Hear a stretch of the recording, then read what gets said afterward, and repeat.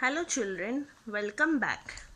Today we shall begin with a new chapter, Angles and Pays of Angle, chapter number 4. Children, we are already familiar with the term angle. We have already studied the angle, how to name the angle in our class 6. Okay. Now let us see the interior and exterior of an angle. Open your textbook to page number 24. Okay. We will see interior and exterior of an angle.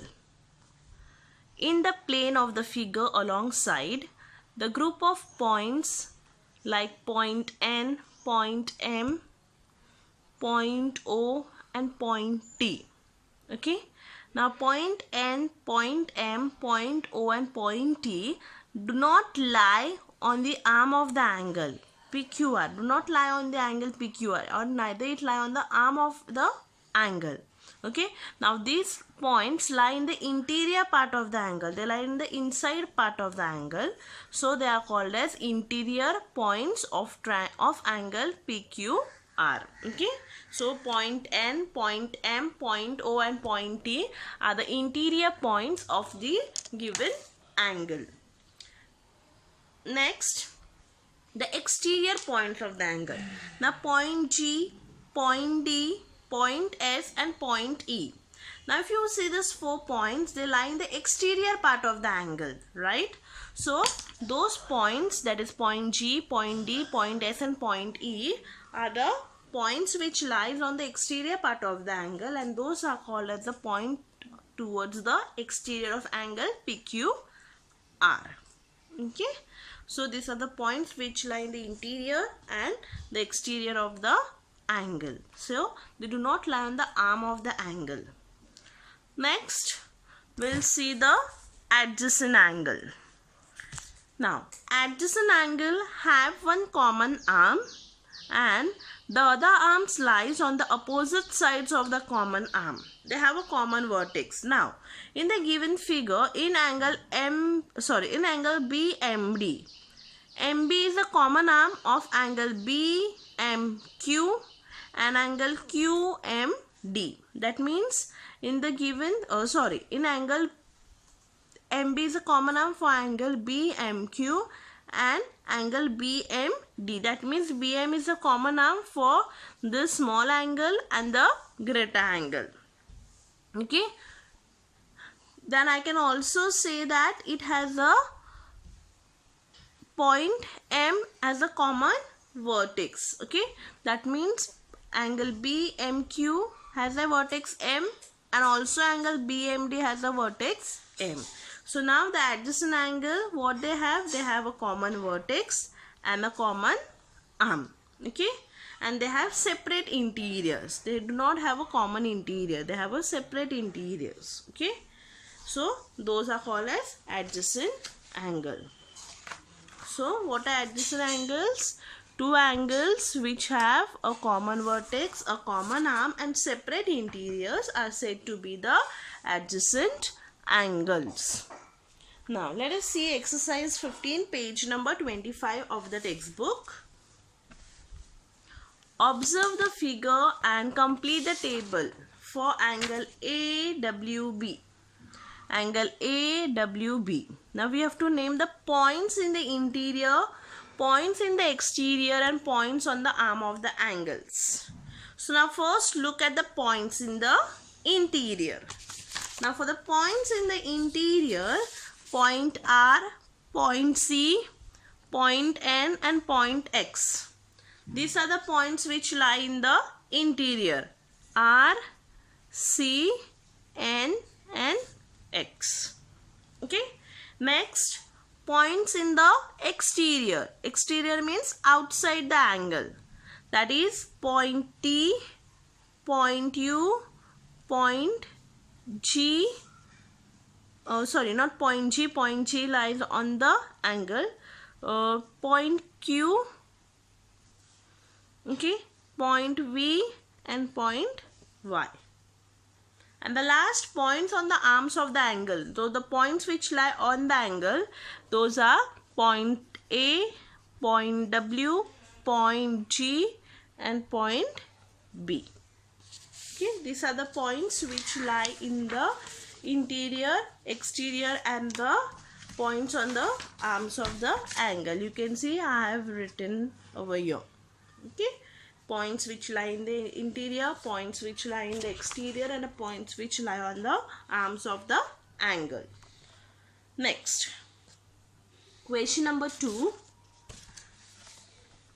Name the pair of adjacent angle in the figures below.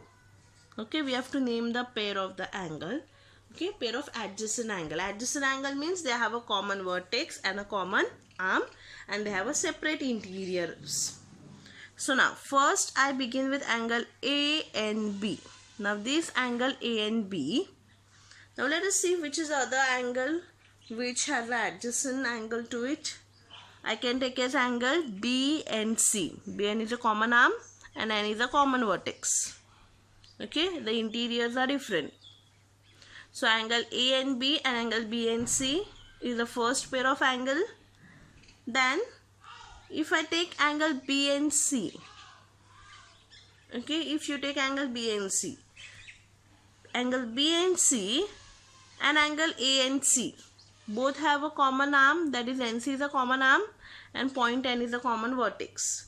So B and C and A and C, that is the second pair. And the last angle A and C, okay, angle A and C and angle A and B. AN is a common arm and point N is a common vertex. So you can see I have written the pair of pair of adjacent angle. Okay, now let us see the second figure.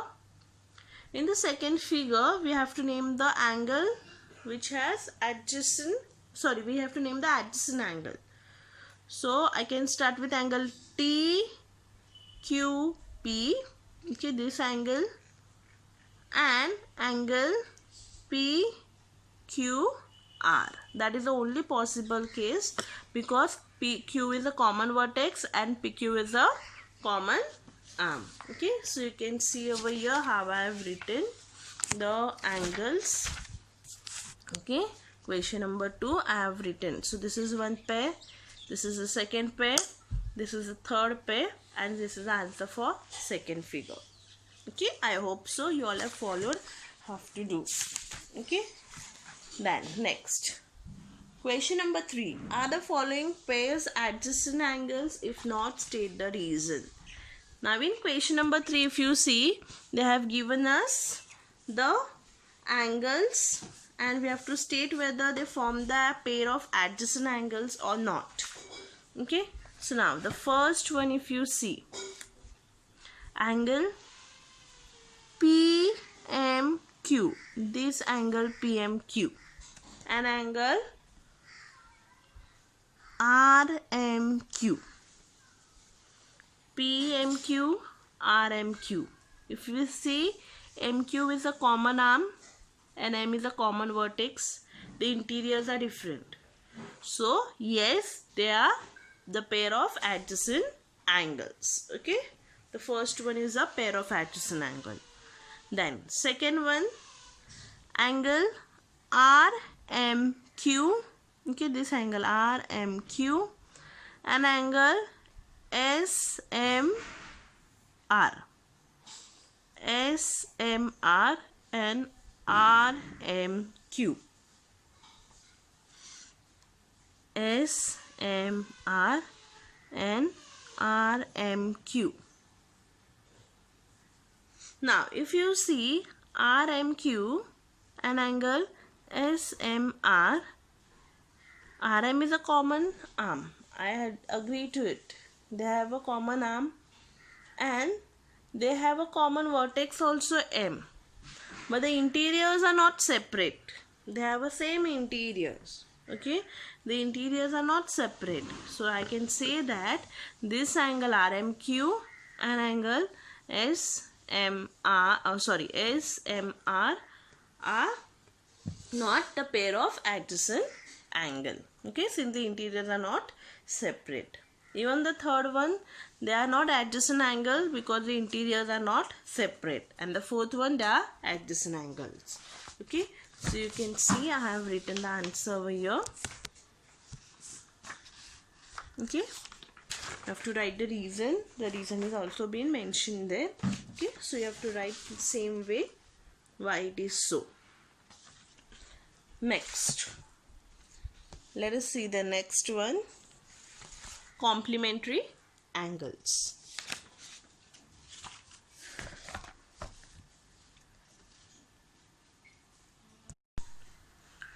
Complementary angles. Now in the figure, angle PQR, a ray QS is drawn in the angle PQR. That means angle PQR is divided into two parts by ray QS. So you get angle PQS as one angle and angle SQR as another angle. Now if you add angle PQS and angle SQR, you get the measure of angle PQR, because angle PQR is formed with the help of these two angles. So if the sum of measures of two angles is 90 degree, that means when you add the two angles and you get the answer as 90 degree, then those two angles together form a big angle, right? So that means this angle PQR is known as complementary angles. That means angle PQS and angle SQR are complementary angles of angle PQR. So if the sum of measures of two angles is 90, so when the measures of these two angles you get as 90, okay, when you add these two angles you get the answer as 90 degree, then they are also known as complementary angles. Okay, now let us begin with the exercise, page number 26 of your textbook. Okay, page 26 of your textbook. Exercise 16. The measure of some angles are given below. Write the measure of the complementary angles. So we have to find the measure of the complementary angles. So now let us see the first sum. The first sub question is, they have given us a measure of angle 40 degree and we have to find the measure of complementary angle. Okay, so the measure of the angle is given to us how much? 40. So now we have to find the complementary angle. So first step, I am going to assume, let the measure of complementary angle be x. This is the first step I am going to write. I have assumed the measure of complementary angle as x. So if the measure of complementary angle is x, then I can write that as x plus the given angle, that is 40 degree, is equals to 90. Why 90? Because the sum of the complementary angle is 90. So since it is complementary, I have to write here 90 degree. Okay, so x plus 40 is equals to 90. Now this 40 I will shift on that side. Okay, so this 40, when I shift on that side, it becomes minus 40. So x is equals to 50 degree. Therefore the measure of complementary angle of 40 degree is 50 degree. Okay, then you have to do second, third, fourth and fifth for homework. Now we will see the sixth sum. 6, they have given us 90 degree. So first step, we are going to write the statement as, let the measure of complementary angle be x. So if the measure of complementary angle is x, then x plus 90 is equals to 90. Okay, this 90 is from here, the given one. And this 90 is because it is given to us that they are complementary. Okay, so x plus 90 is equals to 90. Therefore x is equals to 90 minus 90, which is equals to 0. Therefore the measure of complementary angle of 90 degree is 0 degree. Okay, question number 2 we'll do it in the next video. That's it. Thank you.